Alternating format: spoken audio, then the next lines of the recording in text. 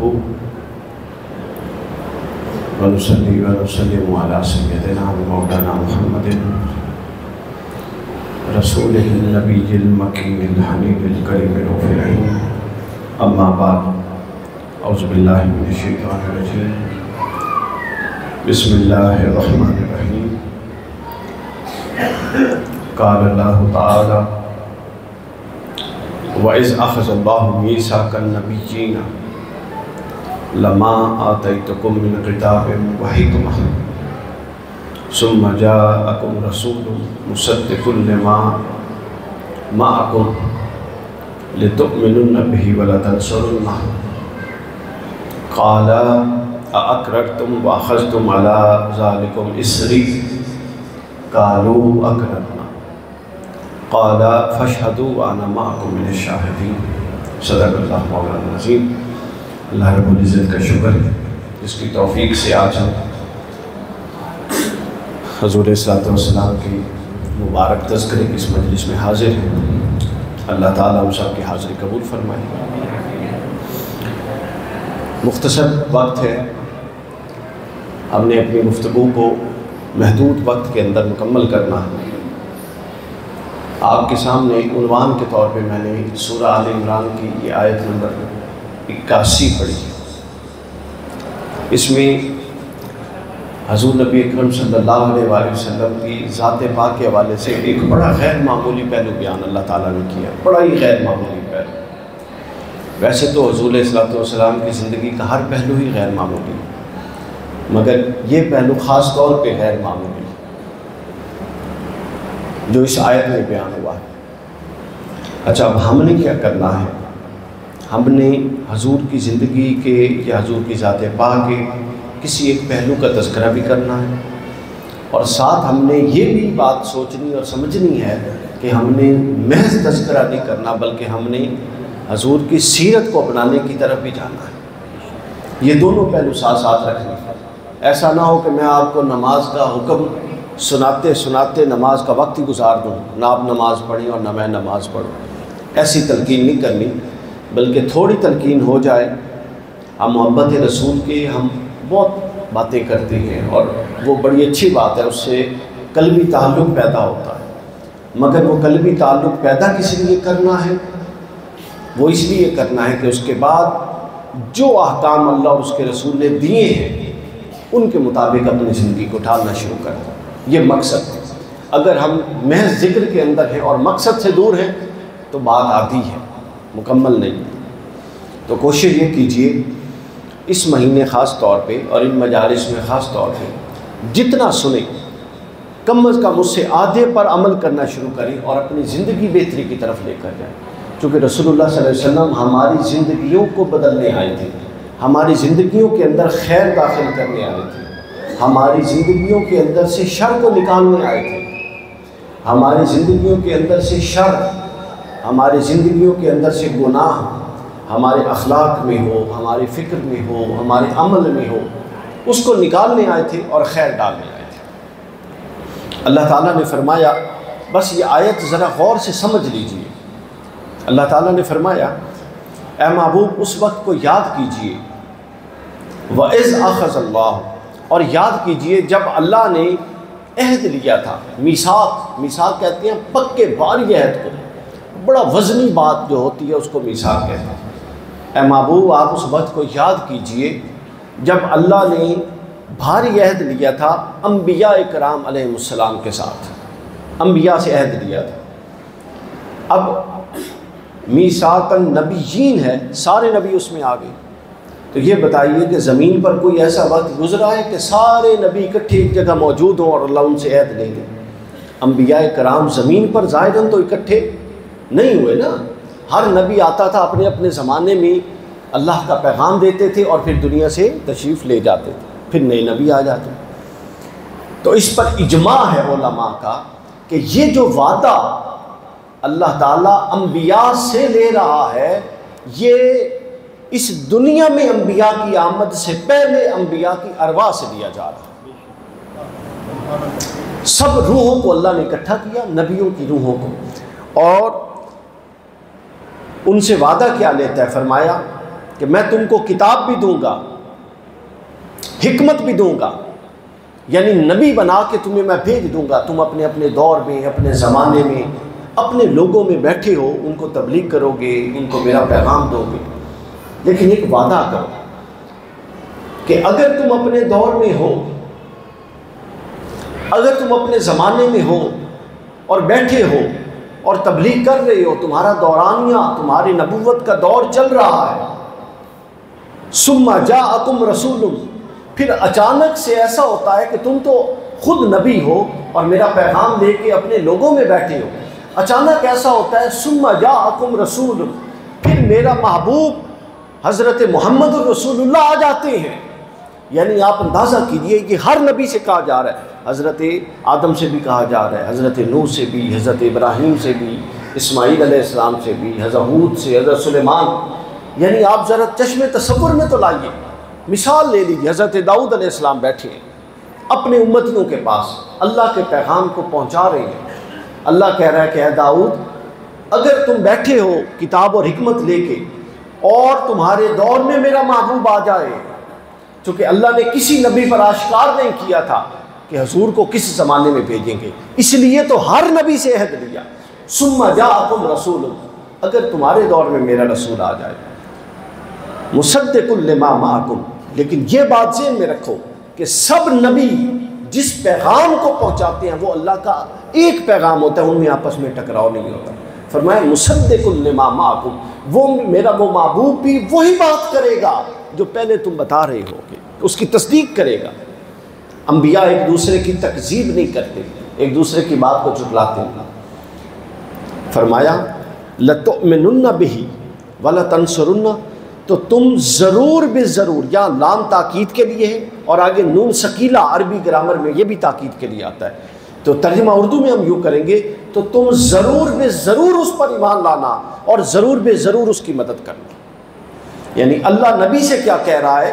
اب آپ دیکھیے نا، ایک دور ہے حضرت داؤد علیہ السلام کا بالفرض دور ہے، اب نبی اپنے دور میں سب سے عظیم ہوتا ہے، ایسا ہے کہ نہیں ہے؟ بولو، ایسا ہی ہے نا، نبی اپنے دور میں سب سے عظیم ہوتا ہے اور ہر کسی کی عظمت نبی کی عظمت کے ماتحت ہوتی ہے، ہر کوئی اپنے ایمان میں، اپنی بخشش میں، اپنی مغفرت میں نبی کی نبوت پر ایمان لانے کا محتاج ہوتا ہے ہر کوئی، اور اللہ نبی سے کہہ رہا ہے کہ اگر تمہارے دور میں میرے محمد الرسول اللہ آ جائے، بے شک تم بھی نبی ہو، مگر تم اپنے اس منصب سے یوں دستبردار ہو جانا کہ اپنی پوری قوت میرے محبوب پر پہلے اولاً ایمان لانے، لَتُؤْمِنُنَّ بِهِ، اور پھر ثانیاً اپنی ساری صلاحیتیں اپنے سارے صحابہ کو لے کے اس کی مدد اور نصرت کے لیے نکل پڑنا۔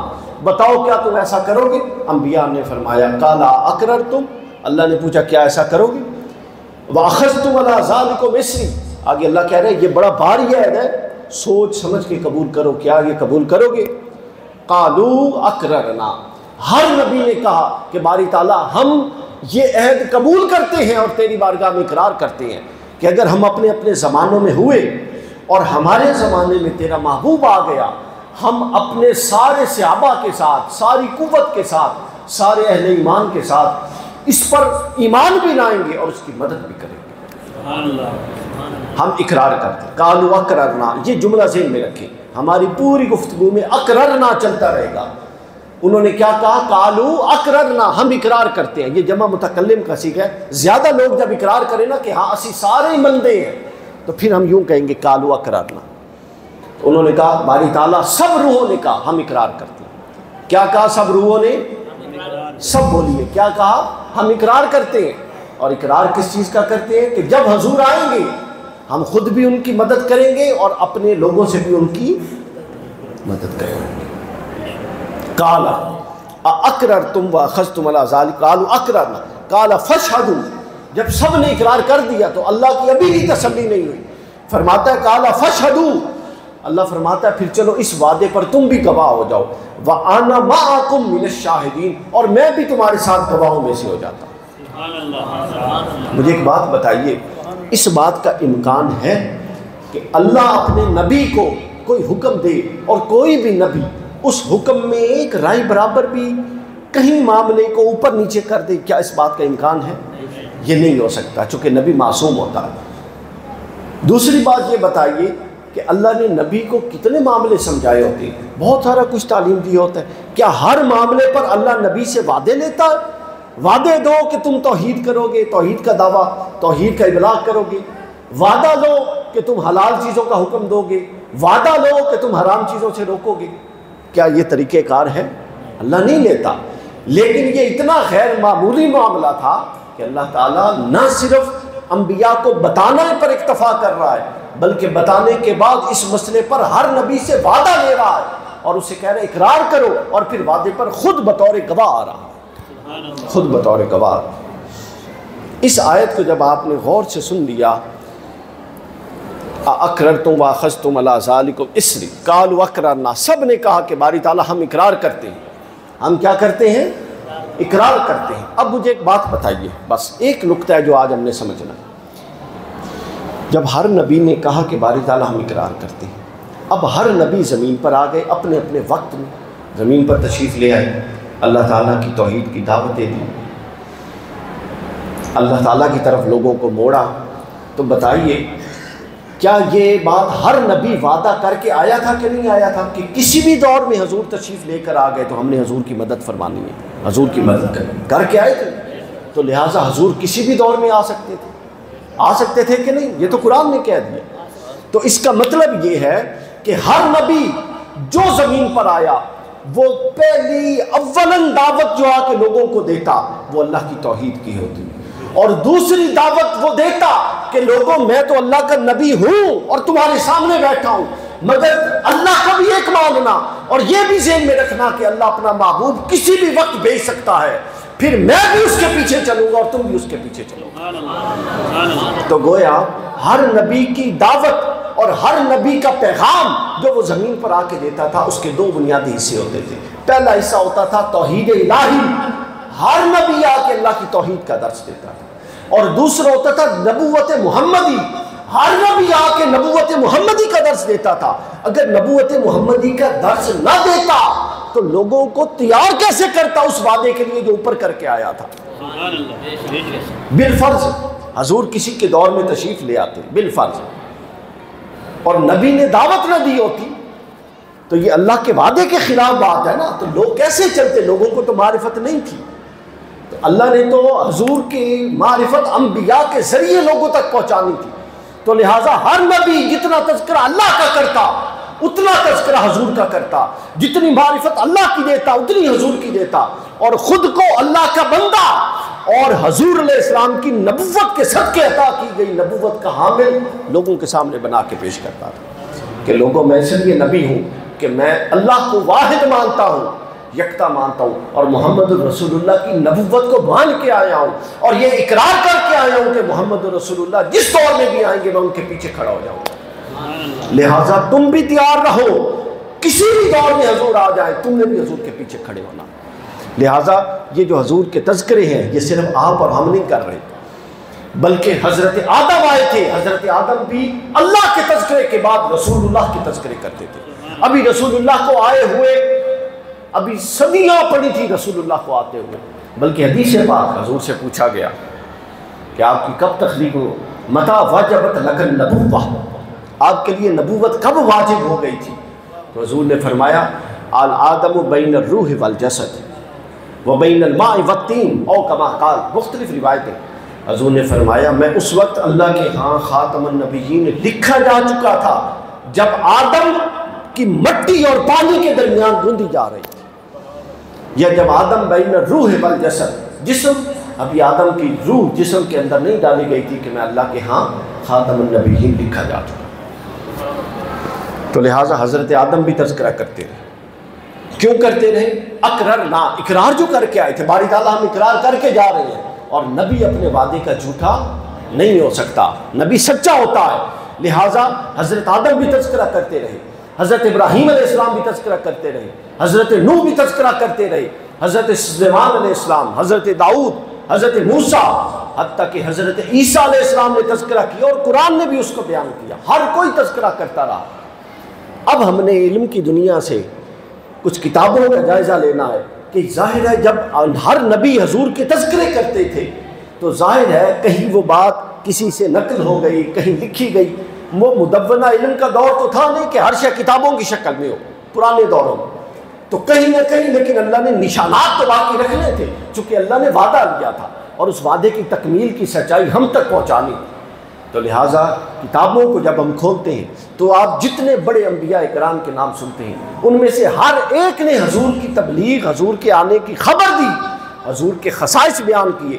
کوئی حضور کے غزوات کے تذکرے کرتا تھا اپنی امت کو، کوئی حضور کے حسن و جمال اور حلیہ بتاتا تھا اپنی امت کو، کوئی حضور علیہ الصلوۃ والسلام کے خصائل بتاتا تھا، کوئی حضور کے فضائل بتاتا تھا، کوئی حضور علیہ السلام کے معجزات بتاتا تھا۔ آئیے ہم ذرا دو چار دانے، ذرا وہ دیگ کے دانے جس طرح کہتے ہیں نا جی، دیگ کا دانہ، اس کو چنتے ہیں اور دیکھتے ہیں کہ یہ کیسے انبیاء اکرام حضور کے تذکرے کرتے تھے۔ مدارج النبوت کے اندر شیخ عبدالحق محدثی رحمۃ اللہ تعالیٰ علیہ نے بیان کیا، حدیث ہے اور یہ حدیث ہے امام ابن عساکر نے بیان کیا، اور حضرت کعب الاحبار رضی اللہ تعالیٰ عنہ اس حدیث سے راوی آپ بیان کرتے ہیں کہ حضرت سیدنا آدم علیہ السلام کا آخری وقت تھا، پہلا انسان اور پہلا نبی، آخری وقت تھا۔ اپنے بیٹے حضرت شیش علیہ السلام کو پاس بٹھا کے وصیت کر رہے تھے۔ آپ دیکھیں کہ ہم تو اپنے بچوں کو وصیت کرتے ہیں نا کہ حضور کی سیرت پر عمل کریں، حضور کی سیرت پر عمل کی وصیت ہماری نہیں ہے، یہ آدم بھی کر کے گئے تھے۔ حضرت آدم علیہ السلام حضرت شیش کو کہتے ہیں، اے میرے فرزند، تم میرے بعد میرے جانشین اور خلیفہ ہو، ایک بات یاد رکھو، اب یہ توجہ سے سنیے لفظ، ایک بات یاد رکھو، ہر عمل تقوی پر قائم رکھنا، ہر عمل تقوی پر قائم رکھنا، عروۃ الوثقی یعنی اللہ کی مضبوط رسی کو تھام کے رکھنا، اور جب بھی تم خدا کا ذکر کرو تو یاد رکھنا خدا کے ذکر کے ساتھ محمد کا ذکر ضرور کرنا۔ انہوں نے پوچھا حضرت شیش علیہ السلام نے کہ ابا جان یہ محمد صلی اللہ علیہ وسلم یہ کون ہے، مجھے ان کا تعارف تو کروائیں۔ اقررنا، حضرت آدم آپ تعارف کروا دیں۔ حضرت آدم فرماتے ہیں کہ میں نے اس نام مبارک کو جب اللہ نے میری اندر روح پھونکی اور سب سے پہلے چھینک آئی تھی حضرت آدم کو، چھینک کے بعد وہ روح پورے جسم میں منتقل ہو گئی اور زندہ ہو گئی۔ فرماتے ہیں کہ جو ہی میری آنکھ کھلی اور میں چھینکا تو میری آنکھ عرش کے سامنے، یہ جس طرح یہ مسجد ہے نا، یہ مسجد کے دو ستون ہیں، حضرت آدم فرماتے ہیں میری آنکھ جو ہی کھلی اور میں نے عرش کے ستون دیکھے تو ہر ستون پر محمد لکھا ہوا تھا۔ فرماتے ہیں پھر میں نے، اللہ نے مجھے آسمانوں کی سیر کرائی تو میں نے دیکھا کہ آسمانوں میں کوئی درخت ایسا نہیں جس کے پتوں پر محمد نے لکھا ہوا اور ان کے تنوں پر محمد نے لکھا ہوا صلی اللہ علیہ وسلم۔ بلا شبہ میرے رب نے مجھے جنت میں ٹھہرایا، پھر جنت کا تذکرہ کرتے فرماتے ہیں میں نے جنت کا کوئی محل ایسا نہیں دیکھا جس کے اوپر باہر دروازے کے اوپر محمد نے لکھا ہوا ہو صلی اللہ علیہ وسلم۔ آپ اپنے گھروں کے باہر اپنا نام لکھتے ہیں کہ نہیں لکھتے؟ کیوں لکھتے ہیں؟ تاکہ گزرنے والے کو پتہ لگ جائے اس گھر کا مالک کون ہے۔ تو اللہ نے جنت پر حضور کا نام لکھ کے رکھا تھا تاکہ سب کو پتہ لگ جائے جنتوں کا مالک کون ہے۔ پھر اس کے بعد آگے فرماتے ہیں کہ میں نے حور العین کی پیشانیوں کو دیکھا، وہ حوریں جو اللہ نے تخلیق کی، ان کی ماتھوں پہ دیکھا تو ان کی ماتھوں پہ محمد لکھا ہوا تھا۔ پھر حضرت آدم تعارف کروا رہے ہیں اپنے بیٹے کو، پھر فرماتے ہیں میں نے طوبہ کے درختوں کے پتوں کو دیکھا تو طوبہ درخت کے پتوں پہ ہر پتے پر محمد لکھا ہوا تھا۔ پھر کہتے ہیں میں نے سدرۃ المنتہا جس پر حضور معراج کی شب گئے تھے ساتویں آسمان، میں نے سدرہ درخت کو دیکھا، سدرہ درخت کے ہر پتے پر محمد لکھا ہوا تھا صلی اللہ علیہ وسلم۔ میں نے اطراف حجابات پر اور فرشتوں کی آنکھوں پر دیکھا تو ملائکہ کی آنکھوں پر محمد لکھا ہوا تھا صلی اللہ علیہ وسلم۔ لہٰذا اب نصیحت کو ختم کر رہے ہیں، لہٰذا اے میرے بیٹے محمد صلی اللہ علیہ وسلم کا ذکر بہت زیادہ کیا کرنا۔ پہلے کہتے ہیں اللہ کا کرنا اور ساتھ رسول کا کرنا، اور اب جب روح قفس انسری سے پرواز کر رہی ہے تو آخری جملہ یہ فرماتے ہیں کہ اے بیٹے محمد رسول اللہ کا ذکر کثرت سے کیا کرنا، کثرت سے کیا کرنا۔ اور یہ حضرت آدم کا بھی اپنا اشتیاق ہے علماء و محدثین نے لکھا ہے کہ جب قیامت کا دن ہوگا تو حضور علیہ الصلوۃ والسلام کی شان عیاں ہوگی نا ہر ایک پر، تو حضرت آدم اللہ کی بارگاہ میں ایک استغاثہ اور ایک دعا پیش کریں گے، کہیں گے کہ باری تعالیٰ آج میں نے اپنے بیٹے محمد رسول اللہ کی شان اور عظمت کا مظاہرہ کر دیکھ لیا، تو آج میری گزارش یہ ہے کہ ہر ایک کو اس کے نام سے پکارا جا رہا، کسی کو کسی نام سے، کسی نام سے، تو آج میری گزارش یہ ہے کہ مجھے آدم کہہ کر نہ پکارا جائے بلکہ ابو محمد کہہ کر پکارا جائے، تاکہ میری عظمت بھی لوگوں پر عیاں ہو کہ ہر کوئی اپنی شفاعت کے لیے جس کے پاس جا رہا ہے میں اس محمد رسول اللہ کا باپ آدم ہوں۔ یوں فرمایا، تو ہمیں پتہ لگ گیا کہ اللہ نے ہر نبی سے وعدہ لیا تھا اور ہر نبی حضور کا تذکرہ آگے کرتا رہا۔ حضرت آدم کا ثبوت مل گیا نا، پھر آگے چلیے حضرت ابراہیم علیہ السلام کے دور میں آئیے۔ حضرت ابراہیم علیہ السلام کے بارے میں حضرت اسماعیل کے بعد حضرت ابراہیم نے حضور کی دعا مانگی تھی کہ نہیں مانگی تھی؟ بتائیں۔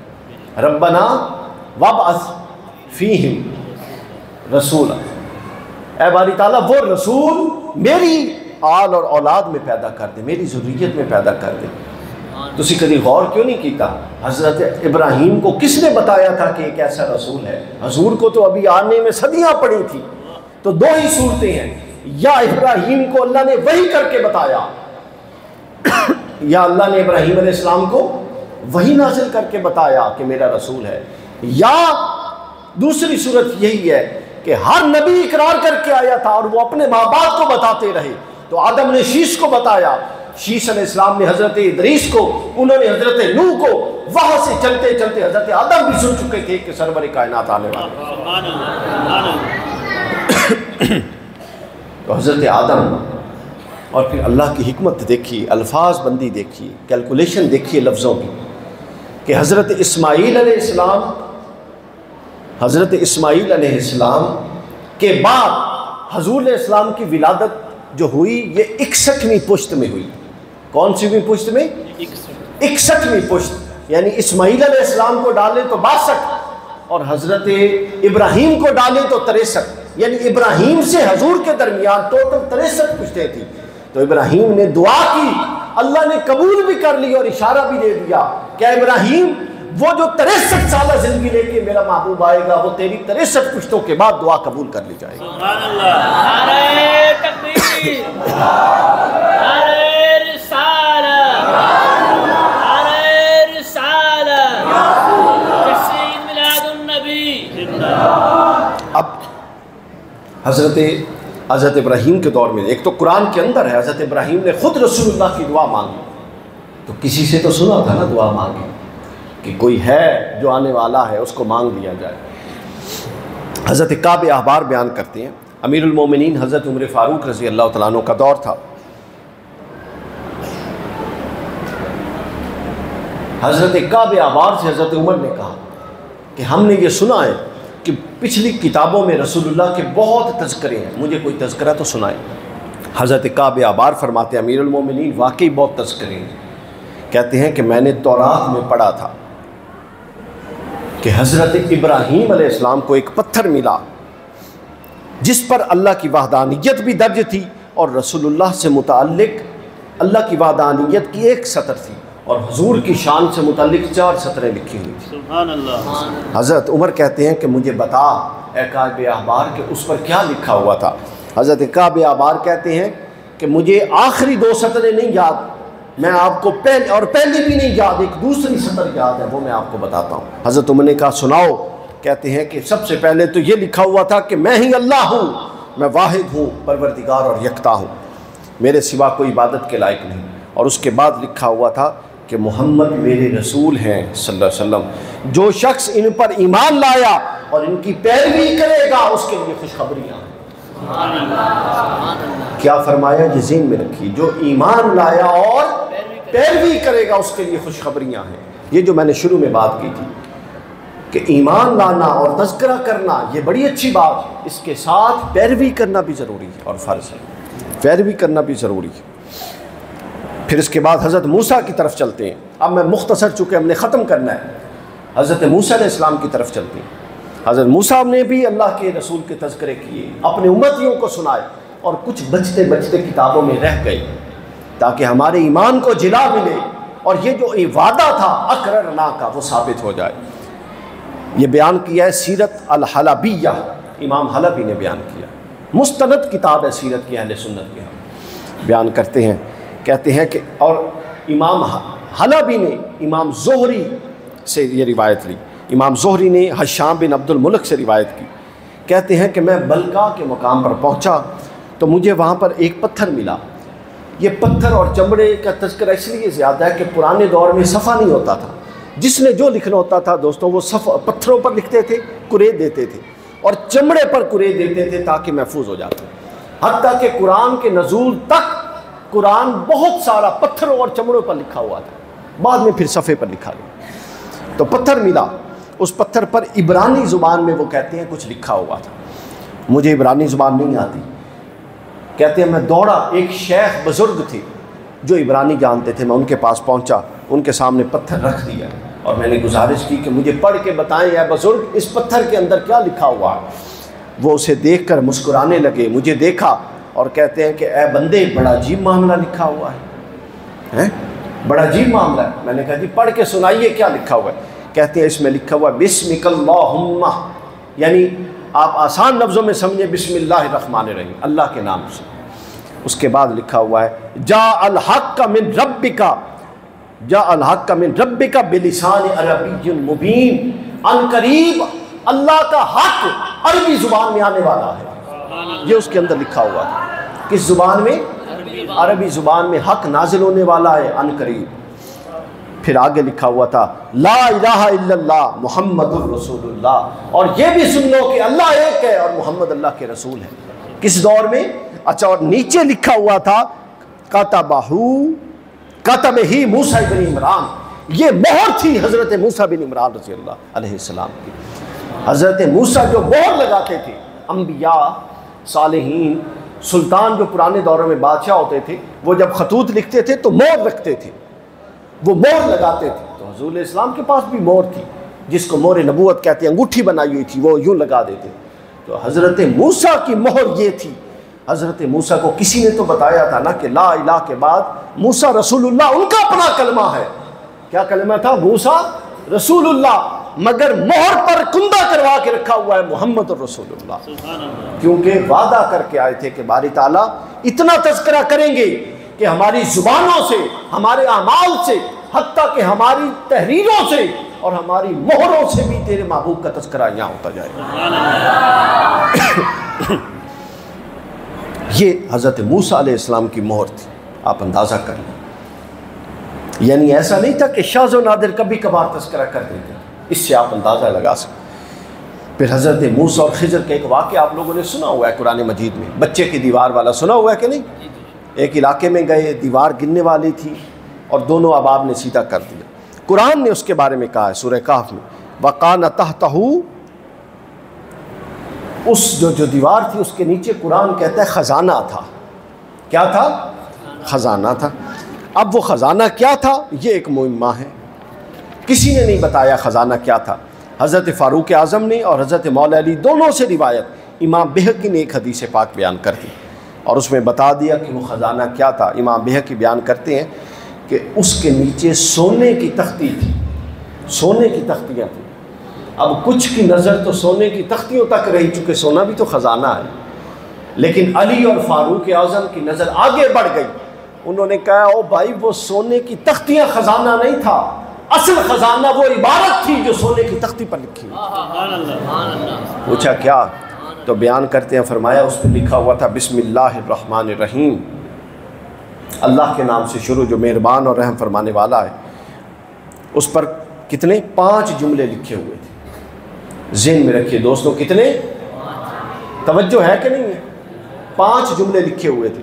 پہلا جملہ یہ لکھا ہوا تھا کہ مجھے اس شخص پر حیرت ہے جو تقدیر الہی پر ایمان رکھنے کے باوجود مشکلوں سے گھبراتا ہے۔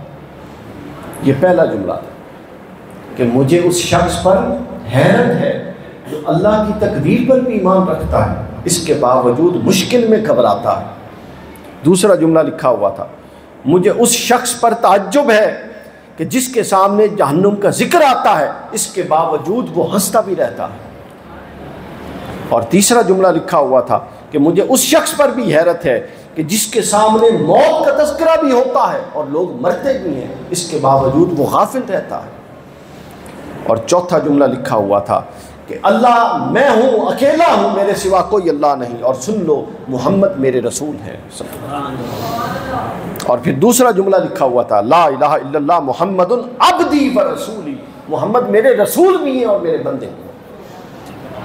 حضرت علی فرماتے ہیں یہ 5 جملے تھے جو اس سونے کی تختی پر لکھے ہوئے تھے، جو تختی اس دیوار کے نیچے تھی جس کو دوبارہ اللہ نے حضرت خضر کے ذریعے تعمیر کروا دی۔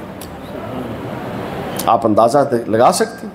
اس کے بعد حضرت سلیمان علیہ السلام کا دیکھیے، تورات باب یسع باب نمبر 42 عربی میں جو چھپی ہوئی ہے اس کا ترجمہ۔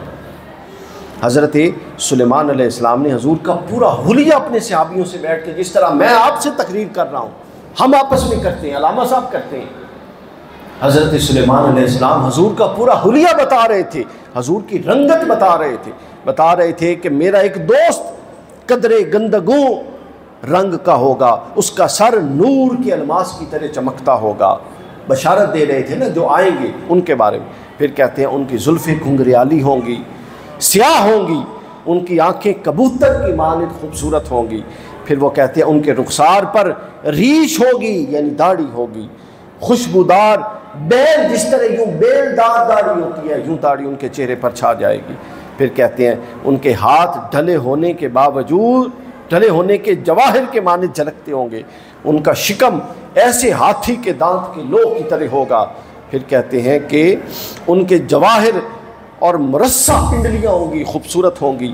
پھر کہتے ہیں کہ ان کا چہرہ 14ویں کے چاند کی طرح درخشاں ہوگا، اور وہ جوان ہیں، اور فرماتے ہیں مانند صنوبر جب وہ کھڑے ہوتے ہیں، جس طرح صنوبر سیدھا کھڑا ہوتا ہے وہ سیدھے کھڑے ہوتے ہیں۔ پھر کہتے ہیں وہ نہایت اچھے اور خلیق اخلاق کے ہیں۔ پھر کہتے ہیں ان کا نام محمد ہوگا اور وہ میرے دوست ہیں اور میرے محبوب ہیں۔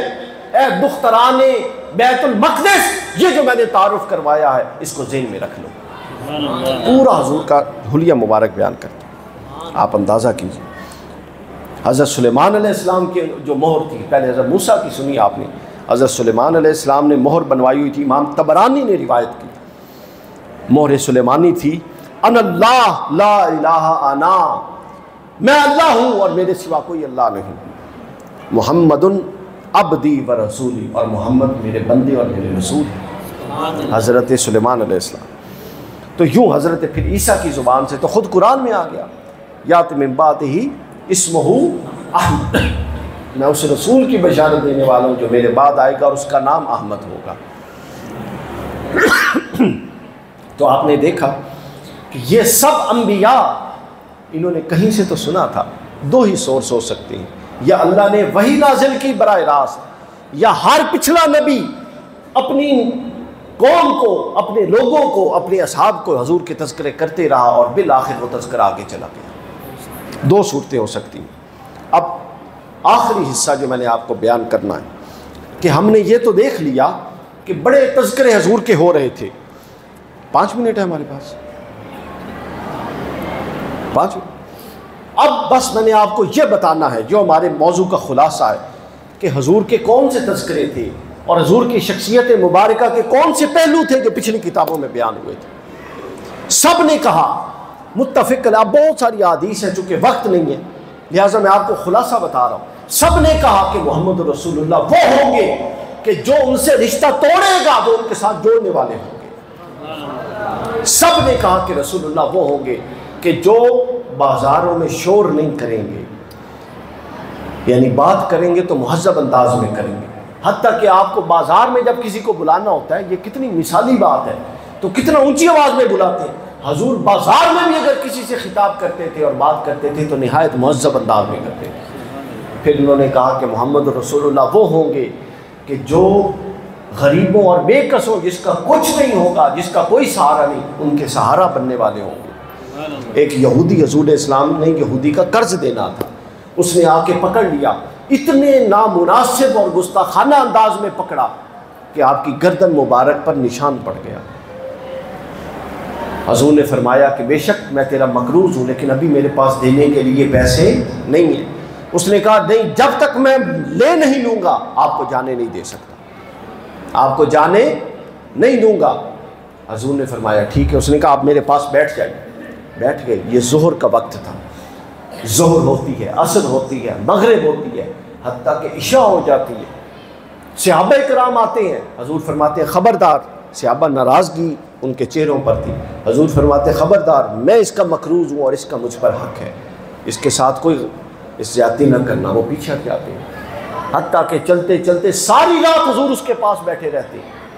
فجر کی اذان جب ہوتی ہے تو فجر کی نماز وہ یہودی حضور کے پیچھے اکٹھے ابتدا میں پڑھ رہا ہوتا ہے۔ سبحان اللہ۔ اور وہ پتہ کیا کہتا ہے؟ وہ کہتا ہے کہ میں یا رسول اللہ آپ نے کیا یہ سمجھا کہ میں یہ چند ٹکوں کے لیے آپ کو بٹھا رہا تھا؟ یہ بات نہیں تھی۔ بات یہ تھی کہ ہم نے اپنی کتابوں میں آپ کے اوصاف پڑھ رکھے تھے، اور ان میں یہ تھا کہ آپ کے ساتھ جتنی بھی کوئی بد زبانی کرے آپ جواباً بد زبانی نہیں کرتے، آپ کے ساتھ جتنی بھی کوئی سختی کرے آپ جواباً سختی نہیں کرتے، آپ کے ساتھ کوئی جتنی بھی زیادتی کرے آپ جواباً زیادتی نہیں کرتے۔ میں اپنے قبیلے والوں سے لڑ رہا تھا۔ قبیلے والے کہتے تھے کہ یہ اوصاف تو ثابت کروا لے پھر ایمان لے کر آنا۔ تو یہ جو رد عمل میں نے دیا تھا گستاخی پر مبنی، وہ اس لیے دیا تھا کہ میں بھی دیکھ لوں اور میرا قبیلہ بھی دیکھ لے۔ اب وہ سب نشانیاں جو تورات میں انجیل میں آپ کے لیے آئی تھی میں دیکھ چکا ہوں، مجھے کلمہ پڑھائیے، میں آپ پر ایمان لاتا ہوں۔ آپ اس چند سکوں کی بات کرتے ہیں جو آپ نے مجھ سے قرض لیے تھے۔ یا رسول اللہ میرا تو سارا مال آپ کا ہے، اس نے قدموں میں رکھا۔ تو جو رسول اللہ صلی اللہ علیہ وسلم کے تذکرے پرانی کتابوں میں ملتے ہیں اس کا خلاصہ یہ ہے کہ حضور علیہ السلام بات کرتے تھے تو بڑے مہذب انداز میں کرتے تھے، چھوٹے بڑے کا لحاظ رکھ کے کرتے تھے۔ ہم نے بھی بات کرنی ہے تو چھوٹے بڑے کا لحاظ رکھ کے کرنا۔ حضرت علی ایک دفعہ جا رہے تھے تو ساتھ ایک بوڑھا شخص جا رہا، اس سے قدم پیچھے ہٹا لیے، تھوڑے رک گئے۔ کسی نے کہا کہ اے امیر المومنین یہ یہودی ہے۔ حضرت علی فرماتے ہیں بے شک یہودی ہو، لیکن مجھے تو اس کی سفید داڑھی کے بالوں کا حیا۔ ہم اپنے بڑوں کا بھی حیا نہیں کرتے۔ اگر آپ نے سیرت کو اپنانا نہیں ہے تو پھر سیرت کے محض تذکرے آپ کو وہ کمال نہیں بخش سکتے جو رسول اللہ کی سیرت پر عمل کرنے کے بعد اللہ کی طرف سے آپ کو کمال حاصل ہو، دنیا میں بھی کمال، آخرت میں بھی کمال۔ لیکن اس کے لیے ضروری یہ ہے کہ محض تذکروں تک نہ رہا جائے بلکہ تذکرے سے آگے بڑھ کے حضور اسلام کی پوری سیرت کو عملاً اپنا دیں، تاکہ کوئی چلتا پھرتا کوئی آپ کو دیکھے تو چلتی پھرتی سیرت محمدی نظر آئے اسے صلی اللہ علیہ وسلم۔ اللہ تعالیٰ آپ سب لوگوں کا حامی و ناصر ہو۔ ہمارا وقت مکمل ہو گیا اور ہم نے وقت میں بات کرنی تھی، تو مجھے امید ہے کہ ہم جس پیغام کو جو میں لایا تھا وہ دینے میں ہم کسی نہ کسی حد تک کامیاب ہو گئے ہیں۔ اللہ تعالیٰ اس مجلس کے انعقاد کی جو کوشش کی گئی اور جن لوگوں نے کی اور جس مقصد کے لیے کی اس کو اپنی بارگاہ میں